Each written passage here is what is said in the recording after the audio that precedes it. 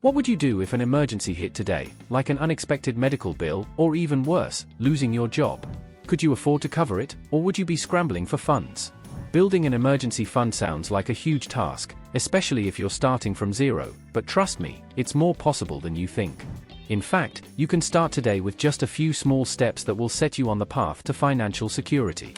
In today's video, we'll walk through 5 actionable steps to help you build your emergency fund, no matter where you're starting from.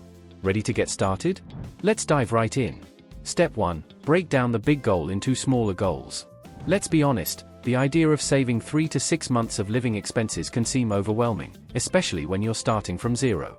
So, why not take the pressure off and start small? You don't have to aim for the full amount right away.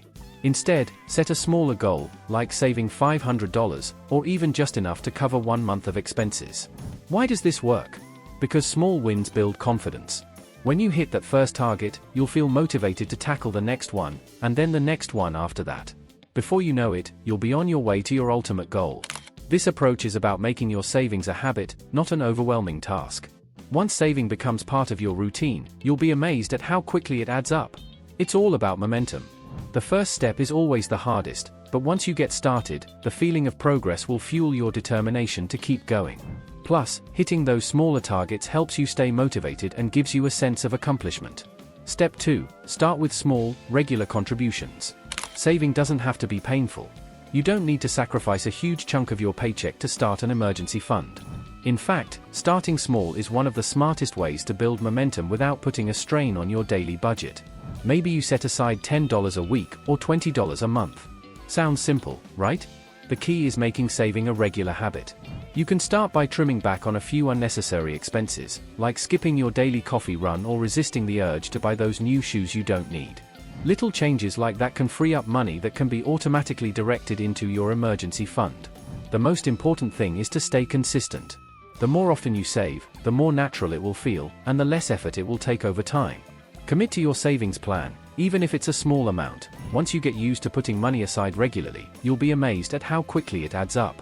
As your savings grow, you'll start to realize that those small sacrifices were worth it. Plus, when you see your emergency fund steadily growing, it'll become easier to stick to your plan and increase the amount you save over time. Step 3. Automate your savings. The easiest step is to automate your savings. Let's face it, we're all busy, and sometimes, it's just too easy to forget to set aside money for savings. The solution? Set it and forget it. Most employers offer direct deposit, where you can have a portion of your paycheck automatically transferred into a separate savings account. That means you're not even touching the money, you won't miss it.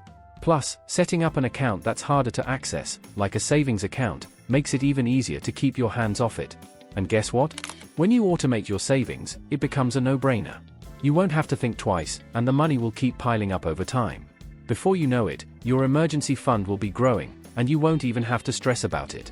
Automating also removes the temptation to spend money that you could be saving. By making the process seamless and automatic, you're guaranteed to save consistently without even realizing it.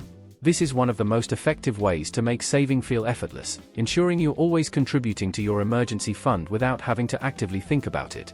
Step 4. Avoid lifestyle creep. You've set up automatic savings, and it's working well. But here's the challenge: don't let your lifestyle expand just because you're saving. It's the classic trap. Suddenly, you're buying things you don't really need just because you think you have the extra cash. But here's the catch: don't fall for it. If you've been saving by cutting out a few luxuries, don't replace those habits with new ones. If you gave up your daily Starbucks habit, don't swap it for a new pair of shoes every month. Instead, keep that money flowing into your emergency fund or pay off any high-interest debts. The key is keeping your priorities straight. Enjoy life, yes, but don't let it derail your savings plan. Stay disciplined, and remember why you started saving in the first place. It's about being smart with your money. If you want to build wealth and financial security, it starts with managing your lifestyle. Rather than increasing your spending when you have extra cash, keep focusing on what matters, building a financial cushion for those unexpected moments. Step 5. Don't oversave, balance your fund. Here's a surprising tip: once you've reached your emergency fund goal, stop contributing to it. Wait, what? I thought the whole point was to keep saving, right? Here's the thing: an emergency fund is meant to be easily accessible cash, but it doesn't need to keep growing endlessly. That's why most people keep it in a savings account with a low interest rate. Once you've hit your target amount, let's say 3 to 6 months of expenses, shift your focus. Start putting your extra money into high-yield accounts, like retirement funds or investments. This way, your money starts working harder for you, and you can build wealth instead of just sitting on cash that's not earning much interest. If you keep adding to your emergency fund after reaching your goal, it could be a missed opportunity to make your money grow elsewhere. It's about finding the right balance between building your emergency fund and investing for your future. Bonus tip: balance debt and savings.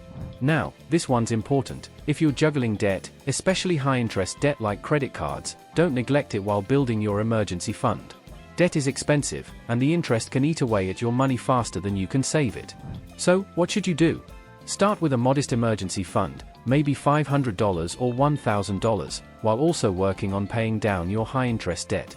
Once that's under control, you can ramp up your savings without that debt hanging over your head. The goal is to create balance between your emergency fund and debt repayment. It's all about being smart with your money so that you don't end up losing more to interest payments than you're saving. And there you have it, 5 actionable steps to help you start building your emergency fund from zero. Remember, it's all about getting started and making saving a part of your routine. The more you stick with it, the easier it will become. Small steps today lead to a more secure tomorrow. If this video helped you get motivated to start saving, make sure to like, share, and subscribe to the channel for more tips on building wealth, managing money, and achieving financial freedom. Thanks for watching, and I'll see you in the next one.